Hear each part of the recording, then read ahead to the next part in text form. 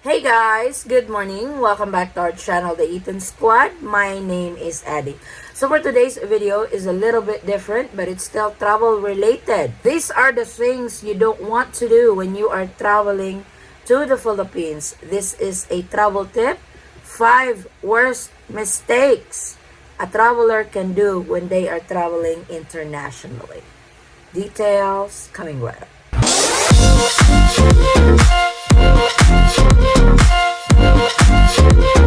So if you are a frequent flyer, you have probably experienced the worst, the bad, and the mistakes of every traveler traveling internationally or domestically.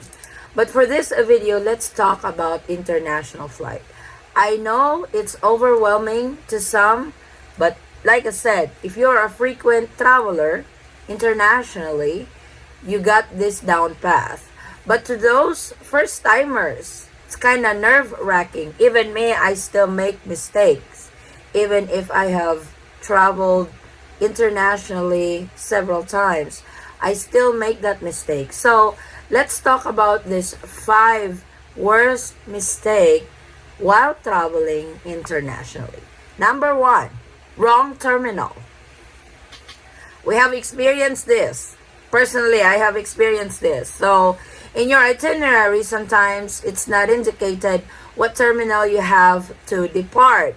And sometimes when you ask a staff at the airport, they point you to the wrong terminal. And sometimes the terminals are just so scattered that you land in this one building and you have to go to the next building by bus. So it's really confusing and it's really hard to know what is the right terminal for you. So going to the wrong terminal is quite annoying because when you get there and find out it's not your terminal for your flight, then you have to go to the next terminal again, and so on and so forth. And that eats up a lot of your time and you might wind up missing your flight. So the best thing to do on that is try to research, try to familiarize the terminal of the airport you are departing from, going to the Philippines, for example, LA. Usually they have a map online that you can familiarize yourself which terminal you are departing from going to the Philippines. That way, you have a good understanding where you're going to when you get to LA. Or like I said, if you're flying out from Houston, if you're flying out from San Francisco, just for example, every terminal has a map that you can familiarize with.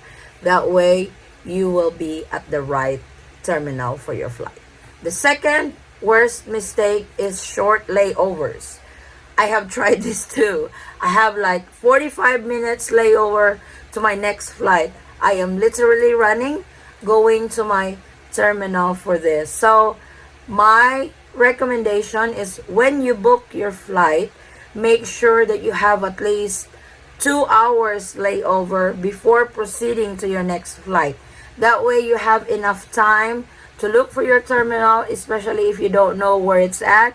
That way you have enough travel time, because there are some terminals, especially international airport, you have to ride a train from one building to another that sometimes takes about 20 to 30 minute ride going to your terminal for your next flight. So when you are booking for your ticket internationally, make sure to have at least 2-hour layover to your next flight. But hey, if you are a risk taker like me, well, I did not really did that intentionally. I wasn't also paying attention when I was booking my ticket. 45 minutes. Oh my goodness. It was actually me and Polar Bear doing it. We literally have to walk as fast as we can for our next terminal so we don't miss our flight. Number 3, late going to the airport. Some procrastinate. Oh, I am so guilty of that. For international flight, usually airlines would advise to go to the airport 4 hours before your flight, because sometimes, if you guys have noticed, when you get to the airport, OMG, the line is so long. that takes up so much time. When you are flying internationally, you have to go through security, you have to go through customs, you have a lot of process to do. If you went to the airport 2 hours prior to your departure, that may not be enough for all the process that you have to go through. You'll be lucky when you get to the airport and nobody is in line. That's impossible. You're talking about international flight over here. So 4 hours, that's the minimum. Some would go there 6 hours prior to departure. So at least 4 hours be there, because if you are late or if you go there, it's okay, I'll just go there 2 hours prior to departure, you'll have a shock of your life because the line is going to be long by that time. So make sure to be on time and make sure to allot a lot of time for your departure. Number 4, overpacking. So this could cost you money.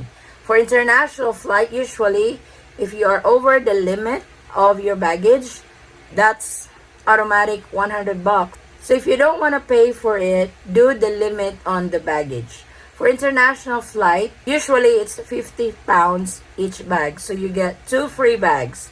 But there are airlines, international airlines, that only serves 1 free bag and you have to pay for the second one. But majority is 2 free check-in bags for international flight, then your carry-on bag.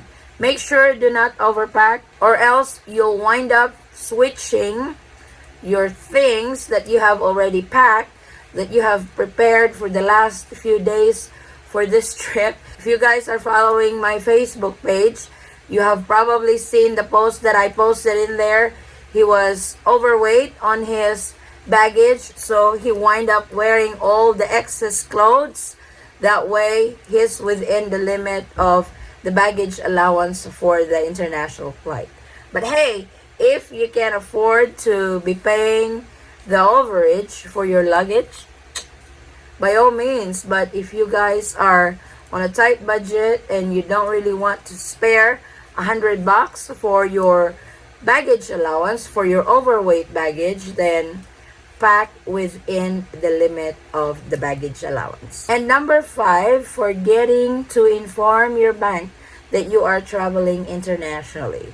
Though some banks would automatically allow any transaction overseas, but majority of banks, international banks, would actually deny the transaction if you have not informed them that charges from this country should go through because I will be traveling from this date to this date. So if you guys are using your debit card or credit card when you travel to the Philippines, make sure to inform your bank that you are traveling internationally on a specific time frame. So inform them ahead of your trip. That way your transactions will not be denied when you use your card in the Philippines.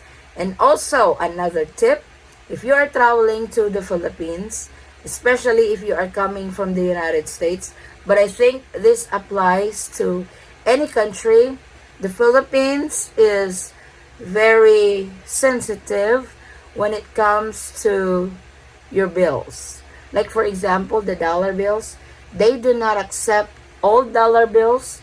They do not accept folded dollar bills. They do not accept any old looking dollar bills.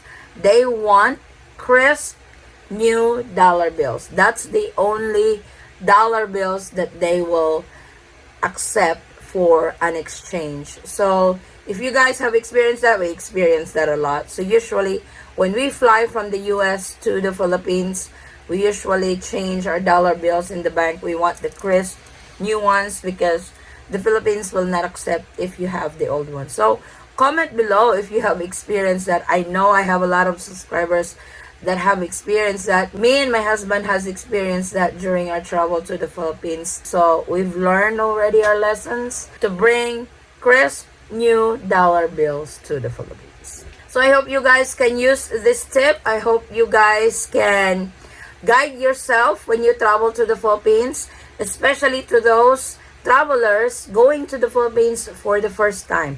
I know it's exciting, but at the same time, it's nerve-wracking because of protocols, requirements, then the things that you have to learn traveling internationally. So these are the 5 worst mistakes, and I hope you guys can avoid these mistakes traveling to the Philippines. Thank you guys so much for watching. If you have any questions, concerns, or inquiries with regard to this video or in any of our travel related videos, please comment it down below and I will try to get back to you guys as soon as I can. Or you can direct message me in our Facebook page, same handle, the Eaton Squad. Again guys, thank you so much for the continued support and trust to our channel and to our family. I hope to see you on our next update. Stay safe, stay healthy, and God bless everyone. Bye.